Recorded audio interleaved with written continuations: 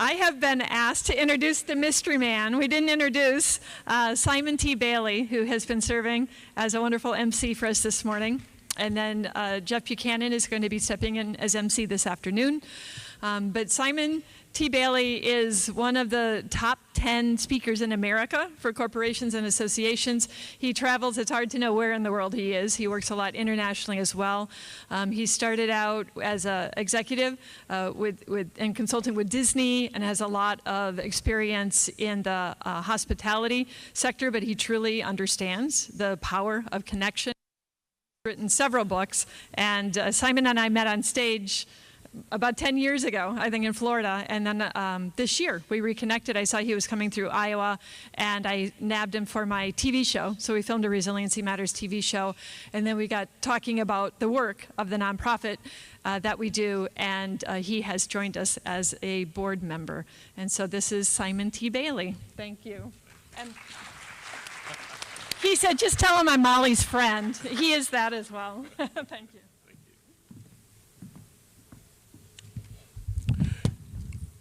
Before I introduce our next presenter, I just want to remind you that if you have a question, please, ma'am, please, sir, text in that question, because we believe that the quality of questions creates quality of thinking, and we can all learn from each other.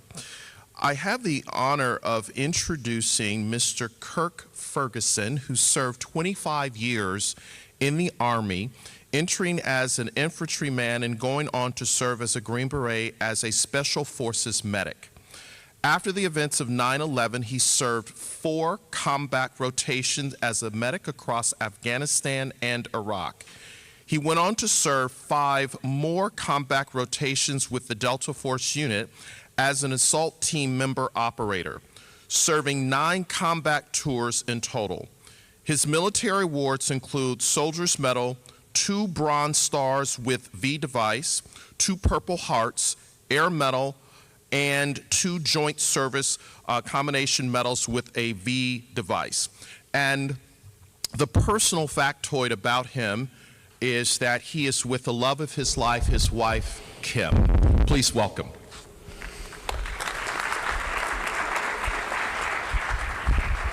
That's all I got. All right, can everybody hear me back in the back? All right. The irony is not lost on me. The general got up here and spoke freely while the enlisted guy comes up with PowerPoint. This is, the military guys get that. Like I say, it's a sad, sad day when the E8 comes up here with some PowerPoints. So he hit the wave tops in the bio. I'll tell you guys a little bit more how we got here. Grew up in the suburbs of Dallas myself. I know Texas seems to be very well represented anywhere I go with the military. I don't have the flag-waving God and country entry story. My father was self-employed. His business kind of imploded about my senior year. We went from the nice big house to the rent house to the really bad rent house to waking up in the morning to the furniture being repossessed out of the room. Hey, can I get my clothes out of that? Parents saying, hey, there's just nothing here for you. Figure out what's next. So I went shopping. And I went to all the different recruiters and figured out who was going to give me the most college money in the shortest amount of time. And the Army won. That was why I joined the Army. That was my big, rah-rah moment. They gave me the most money for college in the shortest amount of time. After about 1 year in of being an infantryman, I figured out this kind of clicked. I kind of like this. I'm good at this. But what I'm doing right now just isn't a fit. It's kind of redundant, boring. I don't like it. So at 19 years old, I went through Special Forces selection. Went on about a 2.5-year journey to become a Special Forces medic, and had my Green Beret and was on my first deployment on an island watching drug channels around Puerto Rico at 21 years old. Was also married by that time. As you had heard, I met my wife in high school. She put up with me throughout the whole process, and all the way to the point of graduating San Antonio in the medical phase with a very nice big wedding planned, and got handed different orders. So my wedding was get married on a Saturday, fly Sunday morning to Fort Bragg, and be gone for 30 days. So welcome to life, to trial by fire in the military. That was day 1 for us of marriage. So she has stuck through with all of that, through all of this. Going through the Special Forces route, went out, deployed all over the world. I was stationed out of Fort Lewis in first group, mostly centered in Asia. So touched all the ones you're supposed to, Thailand, Korea, mainland Japan, all of those in about a 4.5-year period. Got the itch again and said there's got to be something else out there. So went and actually got hired on as a direct support medic out at 1st Special Forces Detachment Delta, what you guys in your video games know as Delta Force. So went out there initially as a medic. I'm going through my training. It's great. We're doing everything. Live fire's real. I'm driving out to go to the range. I stop in to do some sewing out at the kit. We had 2 medics we could split up. And I walk up and I see the second plane hit the tower. So we know we're at war. And I'm in a place that goes to war. I mean, there's a little difference. You know, you start out, you're kind of here, kind of, hey, I might fly. I'm getting trained to go to I'm in the unit that's going to go to war, period. That's what we're there for. We do it when we're not even at war. Okay, so from that point forward, we knew it was game on. So towers fell in 01. I had my first deployment as a medic in early 02. We had the first guys in that flew off the Kitty Hawk. SEAL Team 6 replaced them. I was in the next rotation that replaced SEAL Team 6. We were flip-flopping at the time. So right into it, right out of the bat. From there, I was in the initial invasion of Iraq. We were in 3 days before you guys saw the war start. So when the war started on CNN with all the missiles going in, we'd already been in for 3 days. We were hitting our 3rd target that night, and we watched it watched the light show go over the top of us. That's kind of the nature of what we do there. It's always a little bit further ahead, a little bit, a little more secret, and a little more out there. We were hanging it out. But that's what you sign up for. That's kind of what it brings people like us to those places. From there, got the itch again. I'd actually got my ankle completely rebuilt in a surgical procedure. And I'm on a treadmill in Iraq. Feels pretty good. And I call my wife and I say, do you care if I go back through selection and become an operator? And she was like, it's the same deployments, you know. But the one thing she hit me on was, what was all that story you gave me of being a medic where I'm not going to be the guy? I'd always made her feel good and say, look, I'm never going to be the guy. I'm always behind those guys. I'm there to be the medic. And she's like, you know, what was that line? So she called me on it and said, yeah, go ahead, follow your dream. So as an E8, I think I'm the only one to have ever done this in the history of the unit. I went all the way through selection and all the way through the training again as an E8. Became a brand new day 1 operator, and in my first rotation in, I know the general had stated things got ugly about 05, 06. My first rotation in was in 06 as an operator. I was on the hit where we got AMZ. That was in my very first rotation. So I thought, man, this is how it's going to be forever. This is great. And subsequently 4 or 5 more tours in, and culminating with in 2013 was my final one after 9 rotations, all with the unit. During that time, I saw the full spectrum of the war. So that was a kind of an interesting aspect of getting to see it from the very beginning. There is no end, obviously, yet, but to see that actually change as it goes across. Looking to us, I say I had 9 combat deployments. There's probably some people in this room with more days in country than me. Our rotations were actually much shorter. We would go in for 4 months, usually at a time, because we still had other cycles. We had to do other responsibilities we had to keep even back in the States. But during those 120 days, I've had as much as 100 real-world missions within 120 days. There was nights we'd go out to hit high-value targets, yank them out of their house. They would tell us enough information that we could walk down the street and hit the next one in subsequence. So it was always rapid, always moving, always ready to fly in an instant. With that, any kind of assault you had. I've landed on rooftops in Baghdad, on high-rises. We've done it in farms in the middle of nowhere in Afghanistan. We've stopped vehicles while they're moving down the road, from the ground, from helicopters. Very dynamic movements, things that keep you interesting, keeps it awake, I'll say that. Close surveillance, dressing up like them, walking into cafes, tapping them on the shoulder, come with me kind of operations. Full span of 11 years, 9 combat deployments, and as I said, the very interesting thing is to actually see the war change. 2001, we had a very clear cut. This is, you're going there for these people. Do the initial invasion of Iraq. I saw the full spectrum. I saw Iraq close. And then I saw the kind of the assisted mission in Afghanistan toward the end in 2013, where we're actually flying in with Afghanistan locals, their special ops units, showing them how to take down targets. So really the full spectrum of it. There's the big stat right there at the very bottom. Between Special Forces when I got there in 96 all the way till my retirement in 2016, I averaged 100 to 200 days away from home every single year for that entire point, either training combat, training for combat, liaison missions, hanging out in embassies. You're just gone a lot. I mean, it's a huge sacrifice for the ones at home. So the big what if, or why? Why do I have a washed up commando standing on my stage talking to me as an Air Force guy in the theater right now? My greatest accomplishment was this right here. We made it. It's tough. My sons are now 19 and 22. I got one in college, one with the, as you can guess, the one with the hair is making a career in music. Look him up on kalejacksonmusic.com, just a little plug there. But anyway, they still talk to me, they still come and hang out, they'll have dinner with us, they call me about problems. Wife is still there, actually coming to here with me. It's by far my greatest accomplishment. Take all other stuff, throw it away. The fact that they'll still call me up and talk to me and hanging out is probably the biggest thing I'd love to pass on to you guys. 25 years with that kind of schedule, that's tough.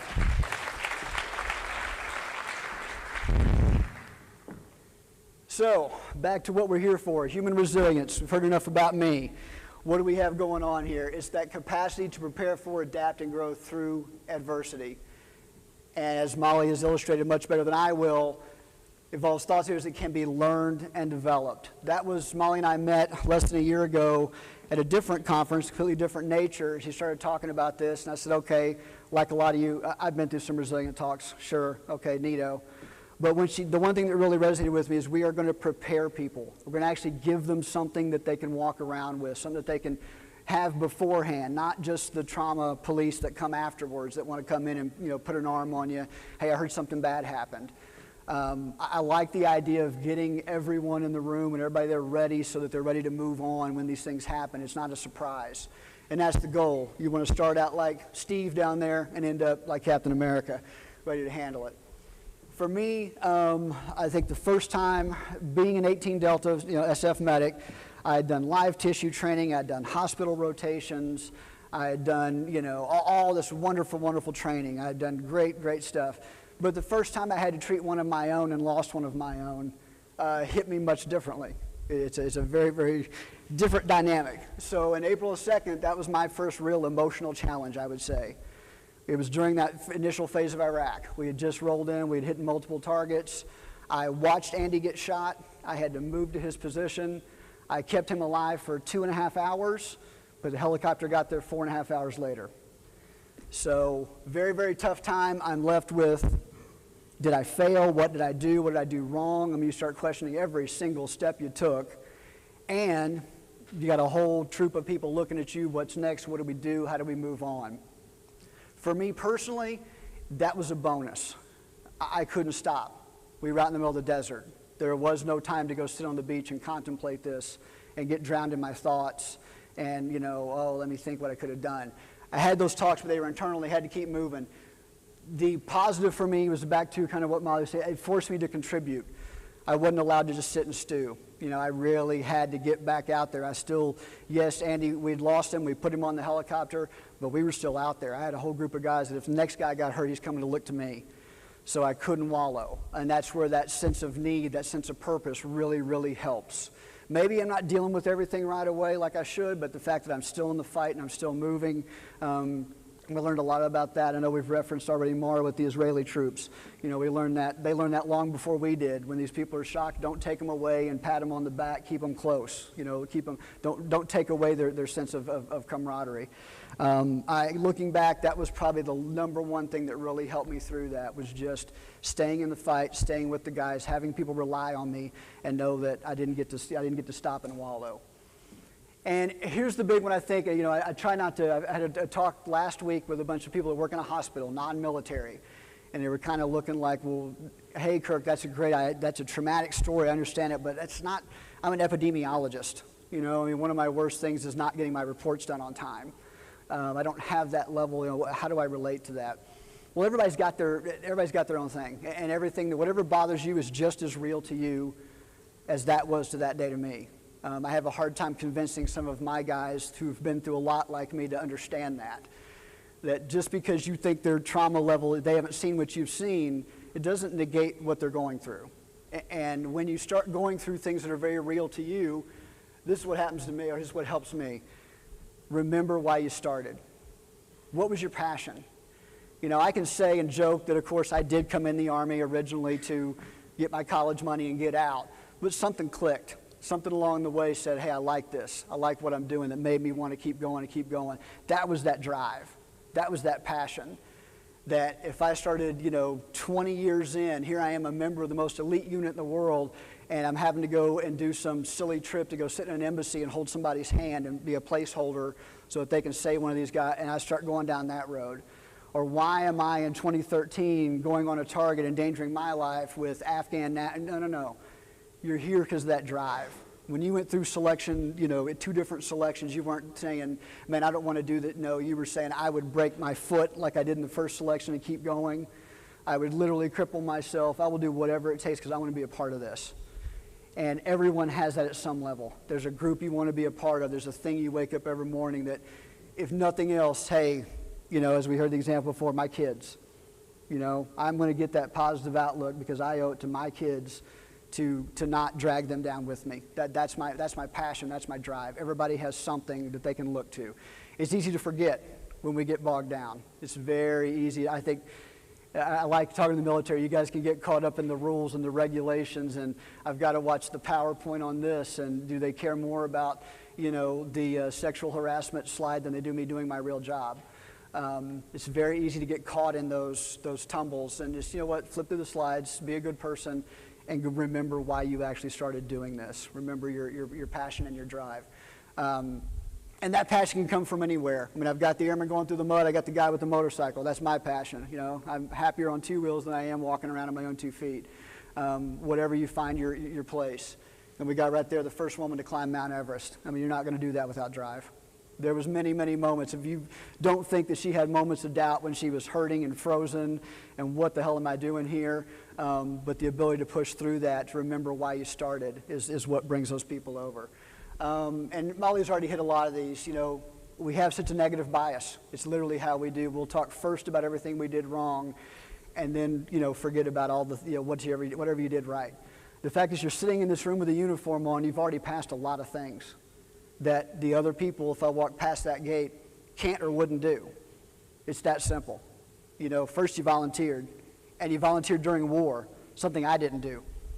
I like to remind people about that. I joined for college money at a totally peaceful time when I could come in. Desert Storm had just ended. Pretty easy for me. I would say that 99% of this room joined during a time of war. That alone is an accomplishment. Don't forget that. All right? Go back to your wins, not your losses, and back to your family and friends. One caveat I like to bring up is, everybody says, hey, your family is great. Sometimes your family is not your best outlet. All right? Sometimes there's some toxic relationships within families. Sometimes, if you listen to Dr. Laura, she'll tell you, sometimes your mom is not your best friend. Sometimes they're humans and they're selfish, and they can drive you into a bad place. So finding those positive relationships within families and friends, not forcing yourself into a shoe that doesn't fit. Think about that as you start looking to those relationships. Which ones are actually positive? Which ones bring you that sense that you need? We are hardwired for social connection. I put even me. Because yes, my social circle is not big. I care most about myself included, making a whole 4 people in my family, my wife and 2 sons. I'm not the guy that goes to the reunions. Wasn't the guy that showed up to the Force Company fun picnics. My family unit was at home. That was where I was happy. I was very glad to do my job, but I was also very happy to go home and forget about it. So you find your own connections. Find out what works for you. It's never the same for everybody. Just make sure that you have that, because we do have to have it. Whatever that point is, find it, but you have to have it. And they shape how we see ourselves, others in the world. And I love Molly's point of, our actions are because of a need. We're acting out, good, bad, or otherwise, based on how we perceive and how we want the other world, the rest of the world to see us and feel what we're feeling. How are you actively connecting to your positive, trusted relationships? As I said, one, find the positive ones. Don't dwell on the negative ones. There's a whole world out there. Luckily, I am too old to have lived online. I'm very, very happy. My wife and I joke all the time, we don't understand how our sons are going to survive this.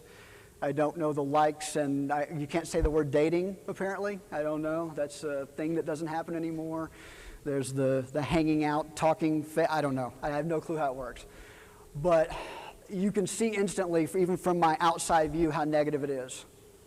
I mean, for any one thing you put up, there's 100 people that just love nothing more than to bash it. They don't even know you, but they'll just come flying in from the rafters to say something negative. It's completely false. There's nothing real about it. I know it becomes real to people, but that ability to not look anyone in the eye, not say anything face to face, it turns it into a jungle, and we're going to see those darkest parts of people. So I encourage you to find real relationships, actual humans, people you can talk to, people around you. And then within your family, like I say, whatever distant part of the family, whatever you actually find that relation, finds it. But then it takes work. I tell people all the time, I'm terrible about this. What I've gotten better about is if I have a good conversation with, say, a buddy from whatever, I'll literally break this out, my peripheral brain, and put a note in Outlook 6 months from now, 3 months from now. Call Bob and ask him if that thing with his kid worked out. Because we're so busy. I mean, we're just going to forget. We're going to literally go on with our lives and lose friends or just lose touch. Those little touches along the way, that takes work. It takes maintenance, So think about that. Think about the work it takes just to keep the few friends you want close to you, especially here. We get deployed. We get stationed somewhere else.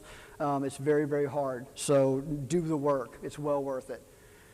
Overcome that negativity bias. I believe we find meaning through hardship. If you guys have been in bad situations, combat, loss of friends, those are the people that could call me up tomorrow and I haven't talked to them in 10 years. You need a kidney? Sure, bro. I don't care. Where do I go? Because that's how we're made. It's a fact of life that a lot of times these very hard situations make for solid friendships that maybe you don't have to talk every day. Maybe you don't need that touch, but it's there. So work on those. Here's my other one I really like because my mom's guilty of this. Everything happens for a reason. It'll all work out. No, it doesn't. Some things suck. All right? Good things happen to bad people and bad things happen to good people. But what you have to do is you have to grab that and say, everything I can find my own meaning and purpose. This happened. It sucked. I'm kind of a stoic in that too, in that, hey, I can't control it. It's what it is. Now what are we going to do with it? What do I do with this? I'm not looking for rainbows and unicorns and tell me that all this is going to work out in the end. But I need to find something that I can grab a hold of and actually take charge of out of the situation. And I love this one. Life does not get easier or more forgiving. We get stronger and more resilient. Life is going to change. The challenges of my 5-year-olds are not the challenges of my now 20-year-olds. They're totally different. They're scarier over here. This was bump your head. This is wreck the car in pregnancy. All right, which one do you want? All right? So we change and we adapt, and that's what we've got to do. For me, really quick, they're giving me the 5-minute warning. The one I have to share, I went up to a program they do for us kind of on the way out, a month-long program. They take a look at us and give us all these different things. As a medic, I was always required to be the calmest guy in the room, so I could develop that demeanor. They set me down. I was at this point 2 or 3 years from my last combat rotation. They set me down for a biofeedback rotation. The lady looked at me. She's like, hey, how are you feeling today? I said, I'm feeling awesome. I mean, I'm sitting around in my pajamas at 2 o'clock in the afternoon, and you guys got birdsong piped in here, and we've been doing yoga and art class. And she goes, well, then why are you hyperventilating? So what are you talking about? And she looked over and said, yeah, you're breathing at about 22, 24 rate, per minute right now. I said, what in the world? And that was what it took for me. She said, let me tell you, she's a much older woman who's been doing this for a while. She said, you ran around for all those years with all those people trying to kill you. She said, you can't turn that off. You can't just say, I'm going to get out of the Army and I'm just going to forget all of that and all that goes away. She said, when was the last, I told her, it's been 2 or 3 years. She said, yeah, but you're on such a high alert of status for so long that you've altered your body chemistry. You are literally at this point all the time. And for me, it's that was my realization. That's when I said, okay, here is a thing I can't deny. I can't talk my way out of it. I can't don't worry my way out of it. Like, this is an actual mechanical thing that's telling me this is going on inside of me. That awareness was key. Am I 100% done? No. I still, yelled at the dog too much 2 days ago. I still have those problems. But the difference is now when it happens, I see it for what it is. I understand, hey, this is going on inside. You need to calm down. You need to go, apologize to everyone. It's no longer just me against the world. There's a mechanical thing out there telling me. So not everyone has that luxury, but I tell you that you've got it going on. Whatever you've got going on in there, there's a biomechanical response to it, and you've got to take control of it. That's the whole self-care before you can care for others. So if you leave here with one thing, think of that. Understand what's driving that too high of an emotional response, that too much of a feedback, and it's there and it's real. So take the steps to calm down in that very first phase. And I think they're going to throw me off here. There's the toolkit. We'll get into that later. If you can get to the Zen Yoda phase, have at it. I mean, I wish I had time to sit on the beach. They haven't given me that time yet. But find that place inside your mind. All right, guys, that's it. I'll be around for the panel for questions. Thank you.